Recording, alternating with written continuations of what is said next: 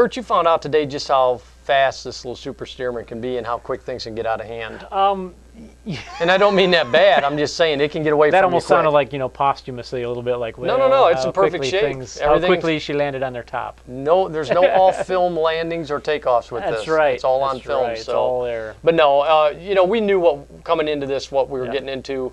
We knew it was going to be a little hotliner. We knew it was going to be hot. And anytime you have a plane that small with that big of a power plant, it makes you raise an eyebrow and say, And you've flown more biplanes than I have. Yes. So you know. I'm familiar with biplanes. They get a little funky sometimes. Yep. Everybody thinks, it's got 2 wings, got more lift, it's better, easier to fly. Yeah, yes and no. It's a double-edged sword. There are some things it does much better than a monoplane, and then there are other things that it does not nearly as well as a monoplane with a longer fuselage. And it does things unexpectedly. Sometimes it will. Yep, they'll wake you up. So yeah, it was definitely an eye-opening flight in terms of you didn't really just I'm flying this thing. It's fast, it's powerful, and it keeps you awake. Yeah, keeps you alert on the sticks, no doubt about it. Well, let's get into the 5x5 review let's pick your brain a little more on this. Okay.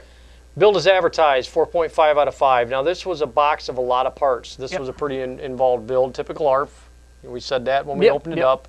I don't think you ran into anything, though, did you? No problems at all. Everything fit together really well. Didn't have to do any adjustments or modifications outside with the print. Said just take your time, follow the plans, and it'll come right together for you. All right, finish 5 out of 5. Yeah, it's a beautiful plane. It speaks for itself. Everybody's caught everybody's eye at Toledo. Well, they did a great job on it. It's got good colors. It's got great lines. Stearmans are a good-looking plane to begin with. Yep. But the detail that they did put on this definitely complements the Stearman line. They put just enough nice little scale features on it that it doesn't look like, what you kind of get used to of the production level. Exactly. ARF plane. It has some nice scale detail to it. So it's got 2 pilots too, so that's like a double plus. Yeah, right. That's why it was doubly attention grabbing. There you go. You had both pilots fighting each other on stick. Well, you had 2 guys flying it. What's your excuse? I know exactly. All right, power 5 out of 5. Yeah, this has that rim kind of doesn't even need to be talked about. Nope, you will not lack for power. In fact, you're going to feel it on your takeoff roll. Yeah, power's right there, and it can get you into a pretty torquey situation real quick. Yeah, there's all kinds of combinations that add to that.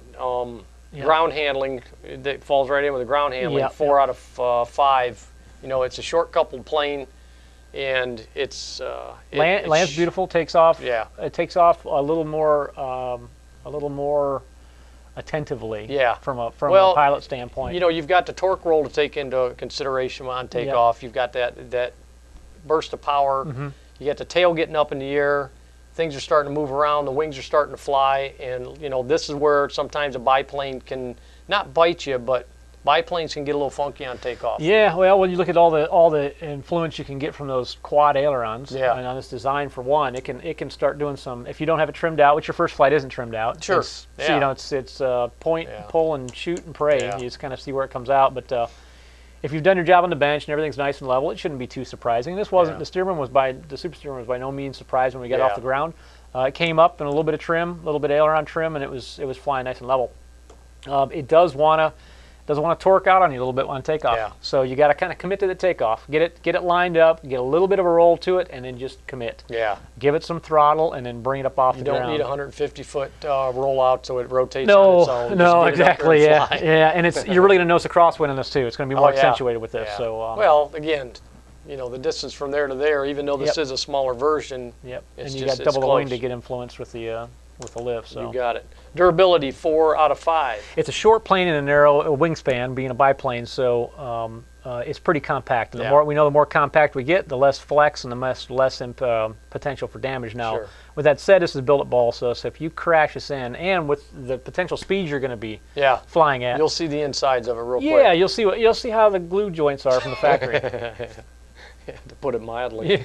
Okay, pilot experience, flight as advertised, 4.5 out of 5. Now, they did advertise this as an Aerobat. The Super Stearman, by nature, is an Aerobat. Yep. I don't think they missed the mark on that. No, they didn't. It's definitely an aerobatic plane, and it's an aerobatic plane by nature. I mean, by design. It'll calm down. You put the dual rates in. I followed the high rates, low rates exactly as specified in the manual, and they were fine. I had no problems at all. In fact, they're pretty short throws. In many cases, it's 1/4 inch, 3/8, stuff like that. So you think, wow, this has some influence. And I followed those to the letter, and it flew very well on low rates and high rates. Now, you pop it on high rates, and it's gonna wake you up real quick, man. You're gonna know what's going on. So yeah, tell me about those snap rolls again. So chances are, if you go in, you're gonna go in pretty ugly. Yeah. It's gonna be an endo. It's gonna be a. But you know what, Kurt? We didn't have that problem today. Today we didn't. It was a good day. Today was a good day, sir. In fact, we haven't had that problem with a plane yet. Well, we've kind of done some things. A plane. Oh, that's right. Yeah. Well, okay. Those those rotary wings, they're overrated. Maybe we ought to get you on auto gyros. Okay. Yeah. Okay. Flight time 4.5 out of 5. Great flight time. We know the power plant combination with the pack we're using. 2200 milliamp 3S pack mated to the a Rimfire 10. Yeah. You're going to get some great flight times out of it. Unless you're doing something where you've got it like too little power in a bigger plane where you're just constantly on the throttle. If you're in a typical setup where your cruise is about half throttle, which the Stearman will do, cruise all day at half throttle. Yeah. You're going to get some great flight times out of it. On the upper end of what you'd expect from electric power plant, 8 minutes, pretty solid, 7-8 minutes. Yeah, I'd say you put it through the ringer pretty good, and you weren't, it wasn't like you were chopping it on your down leg turn and dead sticking it in. Yeah, no, I still had power left, so yep. All right, field size, definitely I would say a flying field. Yeah, I can't really still quantify exactly why, other than when you fly a plane, you get a feel for how big it is. Yeah. And it's like, how tight of a space can I fly this aircraft in? To me, that's kind of what determines how big the flying field of the venue should be.